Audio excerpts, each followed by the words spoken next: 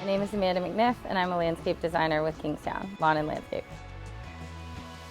I had some concerns when we bought the house that I thought that the slope was so severe that we wouldn't be able to really utilize it. There's a family down the hill who had a beautiful patio. So we said, who did that?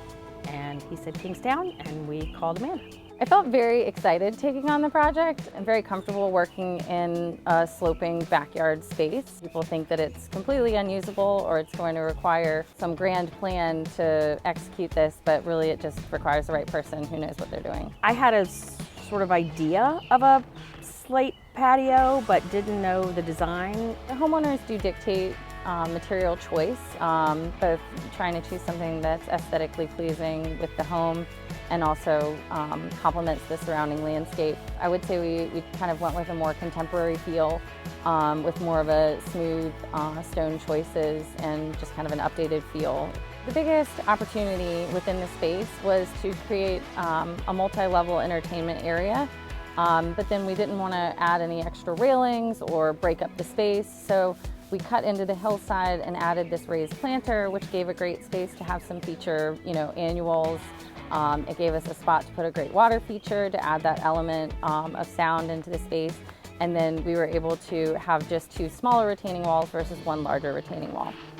Amanda with Kingstowne is super great. It feels very collaborative, so I do feel like I had a hand in it and picking the plants and picking the materials. Construction itself was a lot smoother, and it was actually done in the winter, which was pretty remarkable. It didn't take up spring or summer key use time, so they were here for a little less than 2 weeks. I would think maybe a week and a half. An unexpected thing that we encountered was some running water that was coming through the hillside space that we discovered upon excavation. We were able to channel that water through a French drain and then down into a dry well. So we just beefed up that drainage and continued it on, because Mother Nature, the water is going to go where it wants to go. So we might as well work with it versus trying to dam it up somewhere. Now we've got this great area that we can use throughout the year, even the winter time. We have a nice fire pit, a nice supply of wood, and we can come out here and spend time. And at night, you don't see it now, but there's just tremendous lighting. The lighting is wonderful. Which was incorporated into it, as well as the little waterfall that we have. So it's a very restful place. It's so well worth it, and not having it was very frustrating, and so having it just makes all the difference. I'd add also that the investment is not just the hardscape, but the landscaping.